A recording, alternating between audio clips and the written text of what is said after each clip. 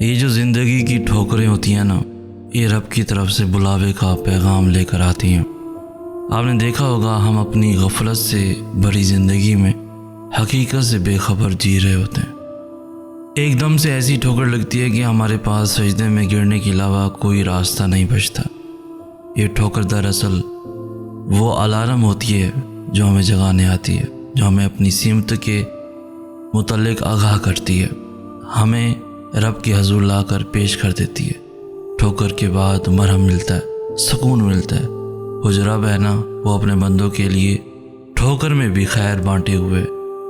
زندگی کے نشے و فراز میں کبھی بھی خود کو اکیلے مت سمجھنا۔ وہ اللہ تمہیں ہر ٹھوکر پر تھام لے گا، اور اس کے تھامنے کے بعد تمہیں کسی سہارے کی بھی ضرورت نہیں رہے گی۔ انسان بہت بے صبر اور جلد باز ہے، اس لیے اپنی کم نظری کے سبب صرف دنیا میں اپنے اعمال کی جزا و بدلے کی خواہش رکھتا ہے۔ انسان اپنی کم علمی کی وجہ سے چاہتا ہے کہ جو بھی اچھا یا نیک عمل کیا ہے اس کا ثواب اسی دنیا میں دولت، شہرت اور اسی دنیا کی عزت و کامیابی کی صورت میں حاصل ہو جائے، اور نہ ملنے پر مایوس ہو جاتا ہے۔ کسی پر احسان کر کے بھی دنیا میں ہی صلہ چاہتا ہے، جبکہ دنیا کی نعمتیں تو فانی ہو جانے والی ہیں۔ اللہ نے دنیا اور آخرت دونوں میں جزا اور ثواب کا وعدہ کیا ہے۔ اگر دنیا میں کم ملا یا نہ مل سکا تو بے شک اللہ آخرت میں اس کا بدلہ عطا فرمائے گا۔ انسان فانی دنیا میں اپنے اعمال کا صلہ مانگ کر خسارے کا سودا کرتا ہے، اور اللہ تو اسے آخرت کا دائمی صلہ بخشنا چاہتا ہے۔ اپنے لیے فانی چیزوں کی طلب کیوں کی جائے؟ کیوں نہ رب سے اس کی رضا، محبت، رب کا قرب اور رب سے رب کو ہی مانگ لے کہ جب رب ہی مل جائے تو کسی چیز کی طلب نہیں رہتی۔ ہم کتنے خوش نصیب لوگ ہیں، کیونکہ ہم وہ آخری لوگ ہیں جنہوں نے مٹی کے بنے گھروں میں بیٹھ کر پریوں کی کہانی سنی۔ ہم وہ آخری لوگ ہیں جنہوں نے بچپن میں محلے کی لکڑی کی بنی چھتوں پہ اپنے دوستوں کے ساتھ روایتی کھیل کھیلے۔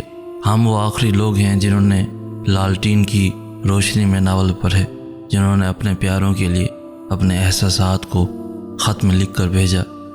ہم وہ آخری لوگ ہیں جنہوں نے بیلوں کو ہل چلاتے دیکھا، جنہوں نے کھلیانوں کی رونق دیکھی۔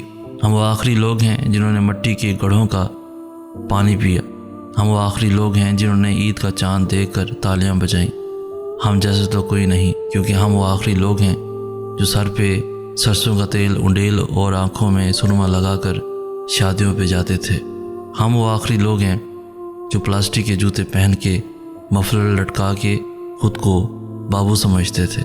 ہم وہ دل فریب لوگ ہیں جنہوں نے شبنم اور ندیم کی ناکام محبت پہ آنسو بہائے، اور جہانگیر خان اور جانشیر خان کو نکمے ترین انسان سمجھتے رہے۔ ہم وہ بہترین لوگ ہیں جنہوں نے تختی لکھنے کی سیاہی گہری کرنے کے لیے دوات میں چینی پھینکی، جنہوں نے سکول کی گھنٹی بجانے کو اعزاز سمجھا۔ ہم وہ خوش نصیب لوگ ہیں جنہوں نے رشتوں کی اصل مٹھاس دیکھی۔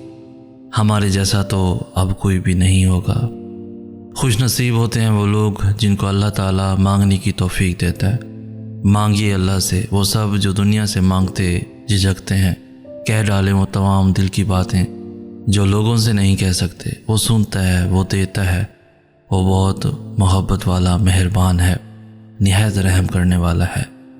دیکھنا ایک دن تم شکر کے سجدے میں ہوگے اور آنسوؤں سے تمہارا چہرہ اور جائے نماز بھیگ چکی ہوگی۔ تمہیں سمجھ نہیں آئے گا کہ کس طرح اس رب کا شکر ادا کرو۔ تمہاری وہ دعا جو تمہیں ہر نماز میں یاد آتی ہے، جو تم سجدوں میں گر کر مانگتے، جو تمہیں بے چین کرتی ہے، وہ ضرور قبول ہوگی۔ وہ صداؤں کا جواب دیتا ہے، یقین کرو۔ تم نہیں جانتے کہ اللہ نے تمہارے لیے کیا کچھ سوچ رکھا ہے۔ تم نہیں جانتے کہ اللہ نے تم تک تمہاری چاہت پہنچانے کے لیے کتنے انتخابات کر رکھے ہیں۔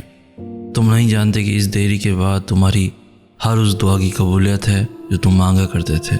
تم نہیں جانتے جس کی ایک تجلی سے کوہ طور راکھ ہو جائے، اس کا ایک حکم کیا کر سکتا ہے۔ تم نہیں جانتے کہ تمہارے خوابوں کو پورا کرنے کے لیے اس نے کیسی تدبیریں بنا رکھی ہیں۔ تم نہیں جانتے کہ تمہیں توڑنے ہی سے اس نے جوڑنے والے سبھی راز چھپا رکھے ہیں۔ تم نہیں جانتے کہ اس نے اختتام میں